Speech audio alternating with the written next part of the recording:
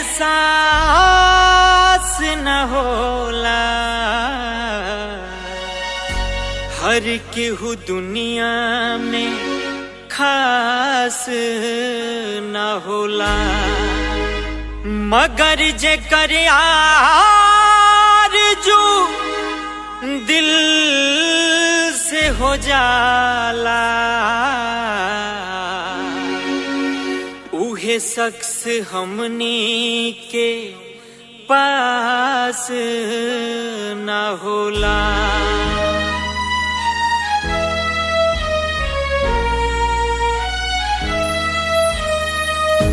कैसे भुलाइब हमके भुला दिहलु तू, कैसे भुलाइब हमके भुला दिहलु तू, दिलवा के दिलवर बन के दिल से दगा दिहलु तू, कैसे भुलाइब हमके भुला दिहलु तू।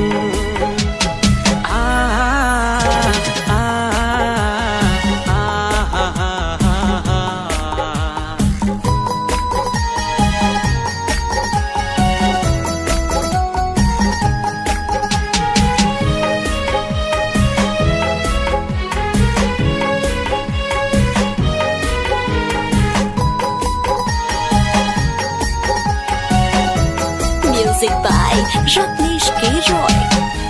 अखिया में प्यार के सपना सजा के चली काहे गइलू दिल दोसरा से लगा के, आपन बना के तू कइलू बेगाना, सोचलू न तनिको तोहर मर जाई दीवाना, मर जाई दीवाना, कौना गलतिया के हमके सजा दिहलु तू, कैसे भुलाइब हमके भुला दिहलु तू।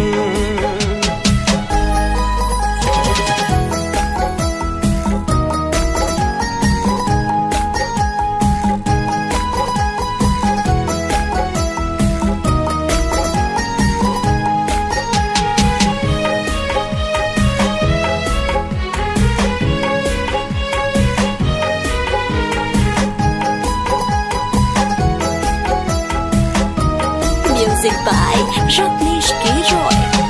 दोस्ती तुहार की बा दोस्त तकदीर के, शायद न रहलू हमरा हाथ के लकीर में, बेवफा न रहलू काहे कइलू बेवफाई, जियल नाही जाई कैसे सही हम जुदाई, सही हम जुदाई, सगरो सपनवा के माटी में मिला दिहलु तू, कैसे भुलाइब हमके भुला दिहलु तू।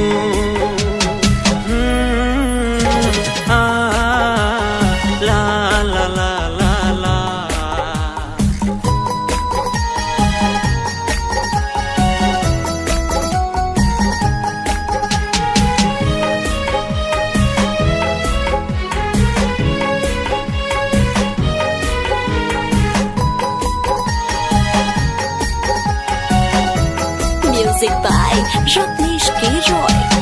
तू पछतैबू आई प्यार हमर याद होई एहसास तोहके कुछ दिन के बाद हो।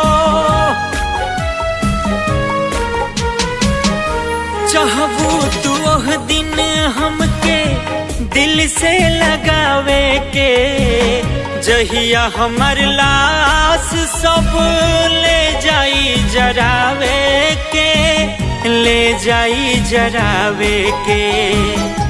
दुर्गेश के जिंदगी में जहर मिला दिहलु तू, कैसे भुलाइब हमके भुला दिहलु तू, कैसे भुलाइब हमके भुला दिहलु तू।